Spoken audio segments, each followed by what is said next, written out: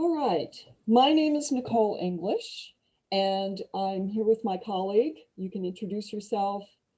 Yes, pleasure. Thank you. My name is Marco Macias. I'm in the history department here at Fort Hays State University. And I'm in the sociology department. And Chris Olds also participated to some extent on this, but he couldn't be here today. The presentation is Building a Theoretical Argument for Rhythms of Resistance. So viewing performance, music, dance as resistance, resilience, and political speech. So here we go. All right, this is going to be a theoretical argument. So the idea is that embodied performance is often dismissed as mere entertainment or recreation, yet in practice, it can create a space for exploring ideas, boundaries, communications, and identity. And among the boundaries that performance can explore are the boundaries between classes, ethnicities, and gender. Embodied performance can also encourage a leveling, a certain amount of equality through contact and collaboration.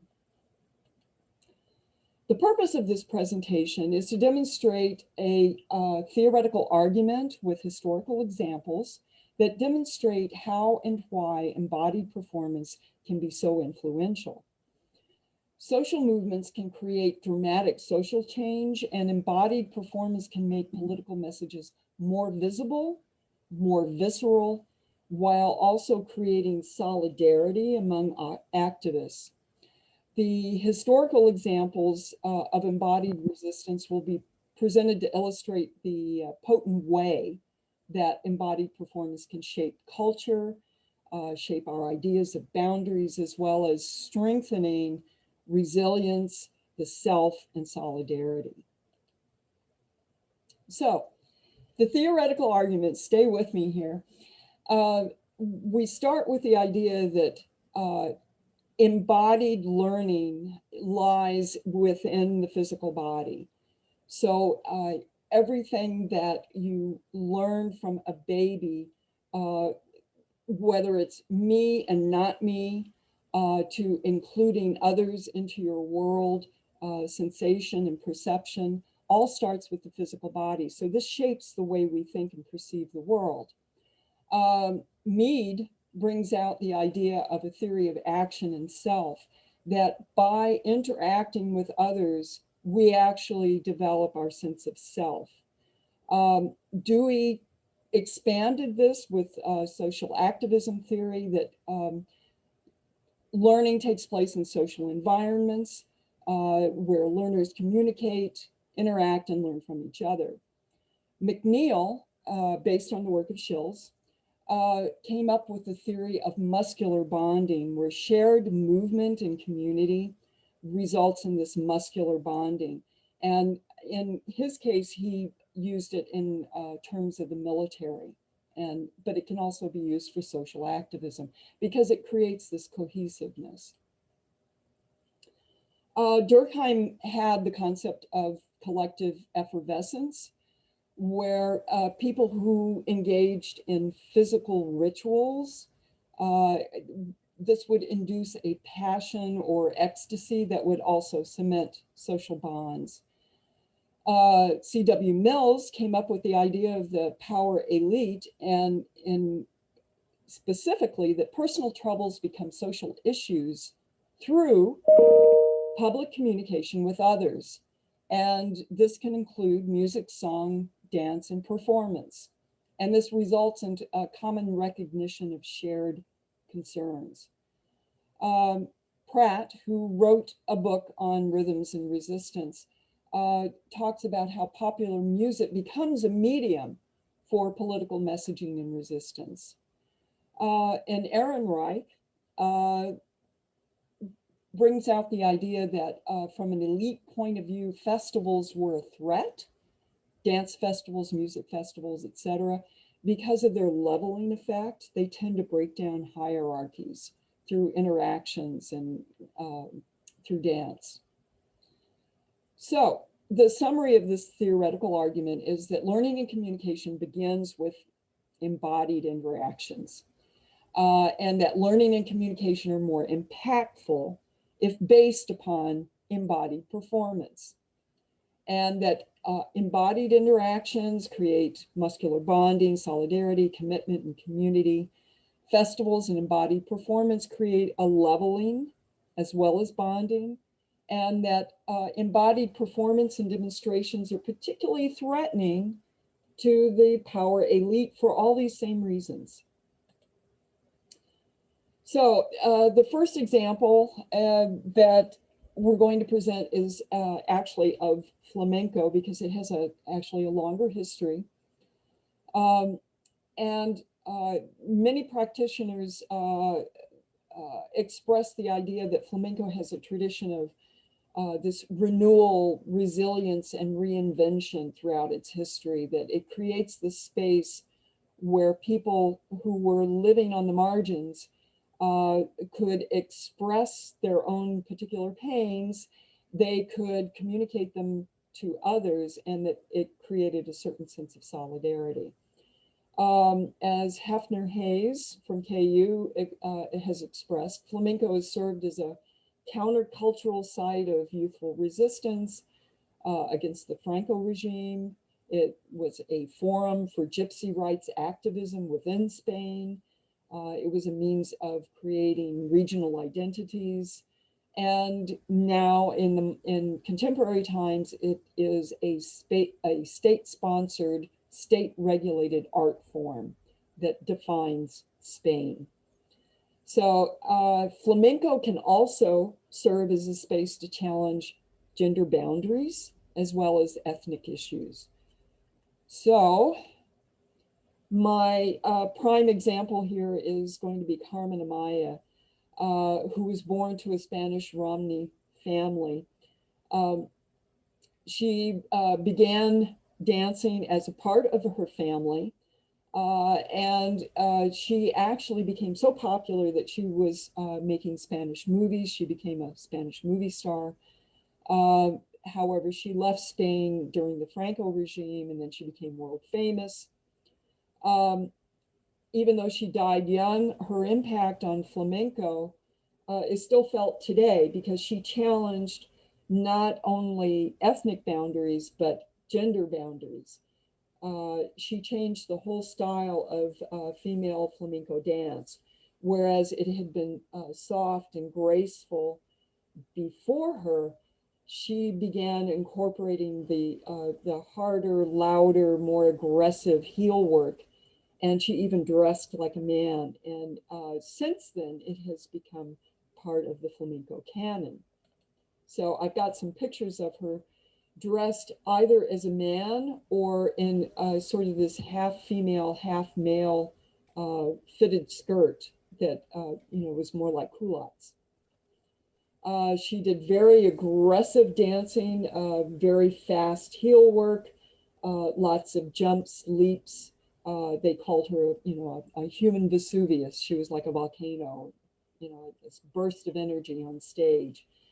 She's even known today in Spain. There are actual statues that are erected in her honor, both in her birthplace and where she passed away. And her family continues on with the flamenco tradition. So she is an example of how a particular kind of song and dance and music can not only push against the boundaries of minority issues, but also can redefine gender roles within that art form. Now, Marco is going to tell you a little bit here about Latin and Afro-Caribbean forms. So take it away, Marco. Yes, thank you, Nicole. So yes, as it refers to Afro or Latino and Afro-Caribbean music, there's a deep-rooted historical sense of struggle, right? As you can see from the mural here, the black and white presence, where in the black not only denotes slavery itself, but the underground nature of music and its way of resisting precisely the institution of slavery within colonial Latin America. And then, now it's part of this Caribbean, it's part of the soul of the Caribbean. So it's just very interesting to see this contrast. And the drums in the colonial period were considered so dangerous that they were essentially, depending on where you are in colonial Latin America or Brazil, for that matter, they're illegal. They are an instrument that should not be played by slaves themselves, because they are they planning a revolt, or what are they planning? So it goes beyond the dancing and the ritual. It's a form of resistance against the colonial institution as it pertains specifically to slavery, but now is part of that culture, is part of that incorporation. Next slide. Yep. And so here we have another case, if you will, Mexico and Karpas. And so Karpas are traveling band music entertainment shows that went from city to city. They are predominant in the Porfiriato era, so leading up to the Mexican Revolution and during the Mexican Revolution, and thereafter the 1920s and onward.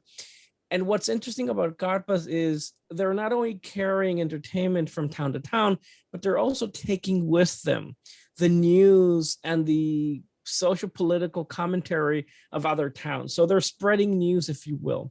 And this is really important because in a illiterate country or illiterate countryside where you have about 25 to 30% of the population that are literate, this is really the way that news gets spread around. So whatever the Karpas are performing are either critiquing or incorporating their view of what's happening nationally. This is the information that many people are gathering. So this is why they serve so importantly as a means of propaganda and political messages. And of course, they not only travel within Mexico, but you see some of these cases in larger Hispanic populations in the Southwest United States. And so that's part of the cultural missions, if you will, and the propagation of this information. Of course, the Karpas are renowned for being the birthplace of superstars like Mario Moreno Cantinflas, which was always critical of the government, right? And of course others that I Resortes, Tintan is the other one. He's a really good example of this cultural transborder Karpas and its origin of social critique. Next slide. And so the other component to the Karpas is the musical component, right? So part of the musical component are the corridos. And again, the Karpas and the corridos are a place where people can go have a good time, but also hear the messages and vent their frustrations. So whereas Karpas might provide a satirical comment on what's happening, they serve this purpose of critiquing, and corridos are myth makers. So they will, they take the news and then they glorify the exploits of its heroes. And again, in a society that is mostly illiterate, this is the way that information is being passed from fathers to children.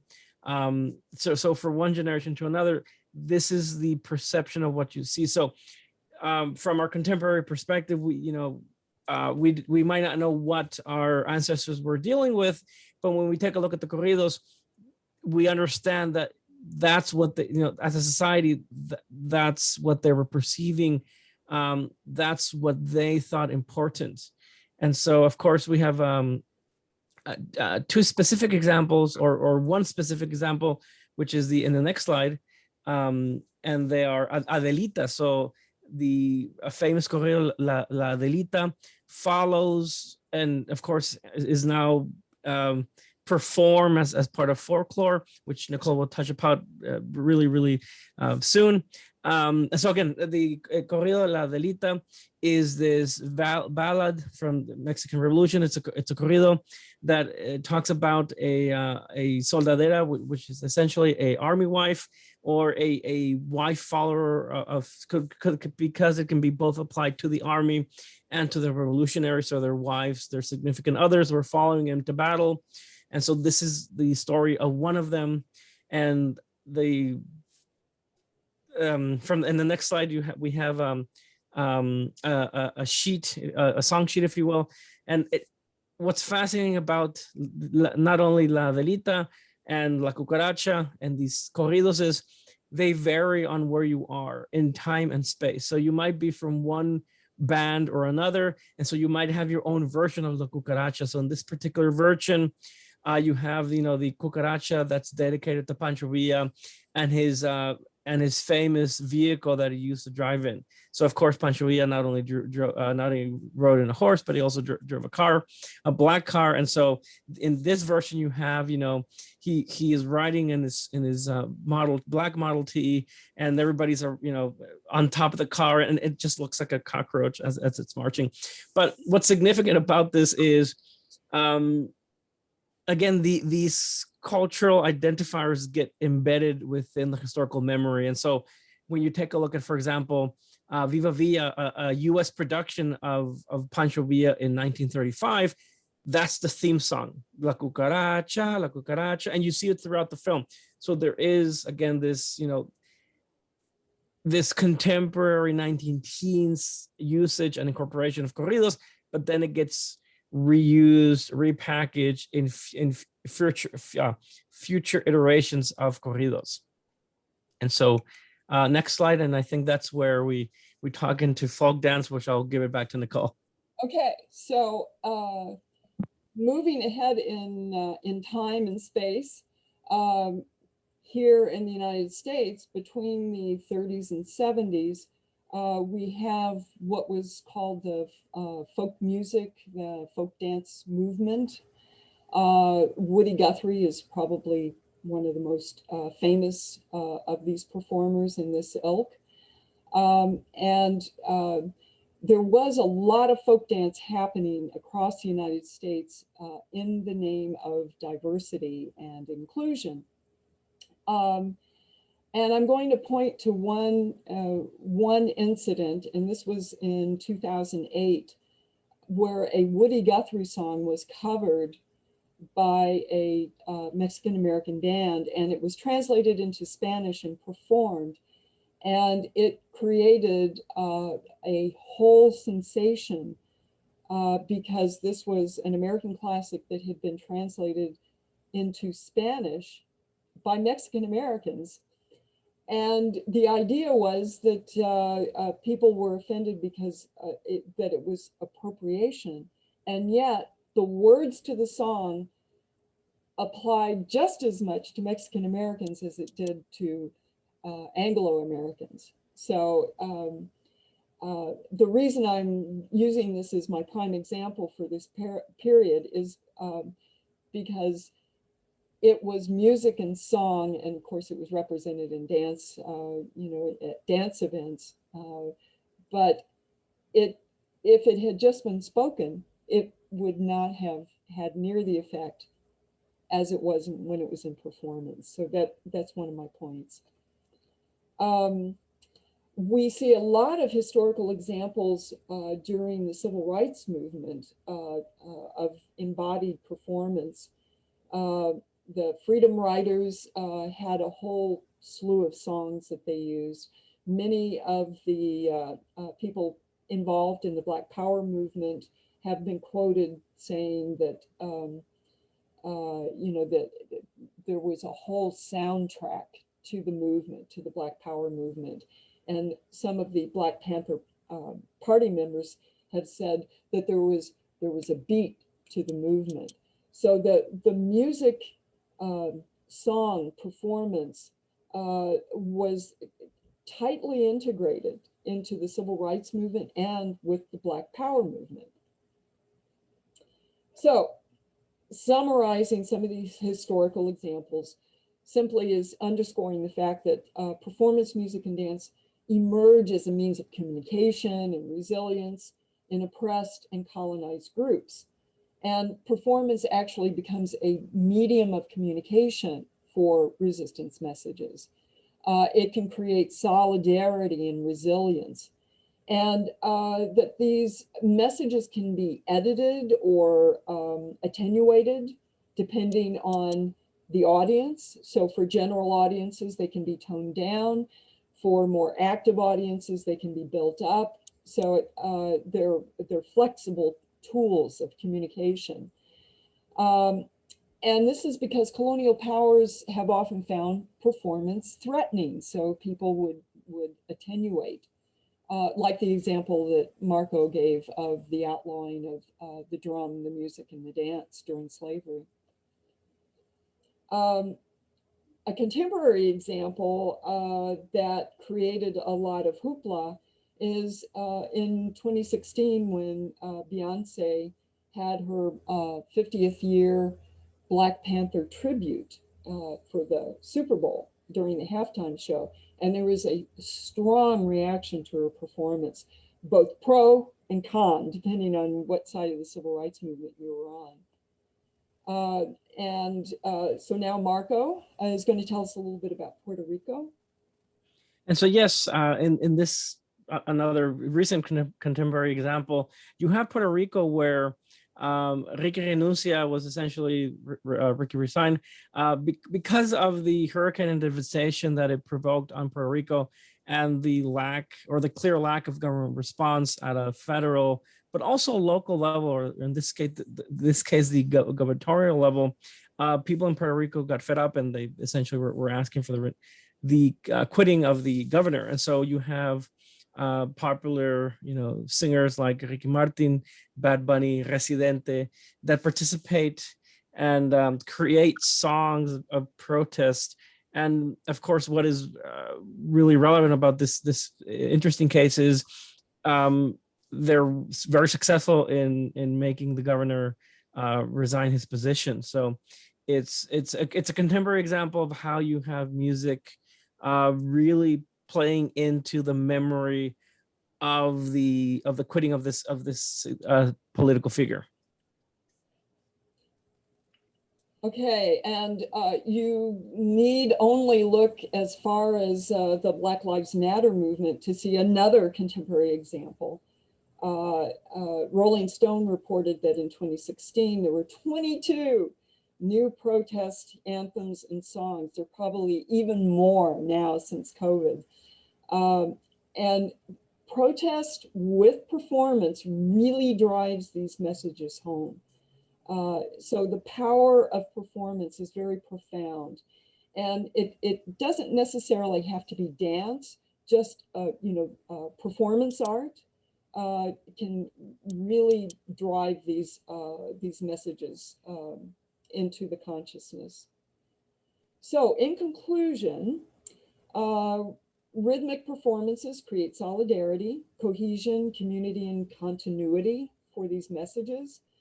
The message of the performance can be scaled or attenuated to the level of the audience so that it can actually create entry points. All the performers that were interviewed felt that rhythm and performance were important for the impact and longevity of resistance messages. So embodied performance and a soundtrack to a social movement gives messages more impact, more visibility, and longevity. And there is another way of looking at this also, right? These concepts of resistance and rhythm and incorporation of performance and song into, for example, the military, so it's not resisting, but rather it's how do you incorporate nationalistic symbols into to make people feel more patriotic. And so a very quick example here that I have is the Mexican military is renowned for they have a folklore branch, and they have a special music component. So whenever there's a national disaster in Mexico, the military not only seeks out to go and help people, but they also send their musical elements to refill that comfort. But also, you know, in specific days, they'll perform classical Mexican songs that are in some of these cases corridos themselves. So you see how these elements not only get used by certain groups, but they can get used by multiple groups. And so ultimately, one of the questions that we would like to end is, could we not use these strategies to encourage more collaboration, equality, and community amongst the different actors in where we live? And we hope you will ponder that question. And with that, we shall end our presentation, and thank you for listening.